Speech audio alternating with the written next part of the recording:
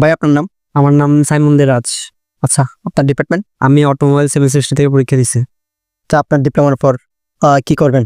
আমার ডিপ্লোমা পর মেইনলি করার উদ্দেশ্য হচ্ছে আমাদের অটোমোবাইল সেক্টরে যাতে বাংলাদেশে এত হাই ডেভেলপমেন্ট না, সেই ক্ষেত্রে আমি চিন্তা করতেছি আমি ডিপ্লোমা শেষ করে বাইরে যাওয়ার প্ল্যানিং করতেছি বিএসসির জন্য, অটোমোবাইলের উপরেই মেইনলি বেস করে।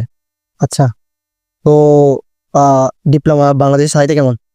ডিপ্লোমা বাংলাদেশে চাহিদা অনেক, কেন ডিপ্লোমা ইঞ্জিনিয়ারিং পুরো বাংলাদেশ না বলতে গেলে সব দেশে হাই ইঞ্জিনিয়ারিং যে টেক জায়েন্ট দেশ যেগুলো রয়েছে ওগুলোর মধ্যে ডিপ্লোমা ইঞ্জিনিয়ারিং চাহিদা অনেক বেশি, কারণ এটা একদম বেসিক থেকে শুরু করে অ্যাডভান্স লেভেল পর্যন্ত ডিপ্লোমা ইঞ্জিনিয়ারিং সব কিছু আমরা পড়ে থাকি সাধারণত। এছাড়া আমাদের জন্য বিএসসি ইঞ্জিনিয়ারটা অনেক বেশি ইম্পর্টেন্ট, বাট আমাদের হিসাব করতে গেলে ডিপ্লোমা ইঞ্জিনিয়ারটা অনেক বেশি পিছিয়ে আছে অন্যান্য দেশে। যেমন কি জার্মানি আমরা যদি দেখি, জাপান দেখি, ওই ক্ষেত্রে ডিপ্লোমা ইঞ্জিনিয়ারিং সেক্টর অনেক বেশি হাই লেভেল। ওখানে একটা যদি ডিপ্লোমা ইঞ্জিনিয়ার বাংলাদেশে একটা বিএসসি ইঞ্জিনিয়ার লেভেল চলে আসে, এত প্রফেশনাল ভাবে ওরা ওভাবে পড়ালেখা করছে। আমাদের দুঃখের বিষয় আমাদের দেশে ডিপ্লোমা ইঞ্জিনিয়ারটাকে ওভাবে মানে প্রায়োরিটি না দেওয়ার কারণে আমরা অনেক পিছিয়ে আছি। বাট আমরা চেষ্টা করবো আমাদের সামনে প্রজন্ম যাতে আরো ভালো কিছু আসে।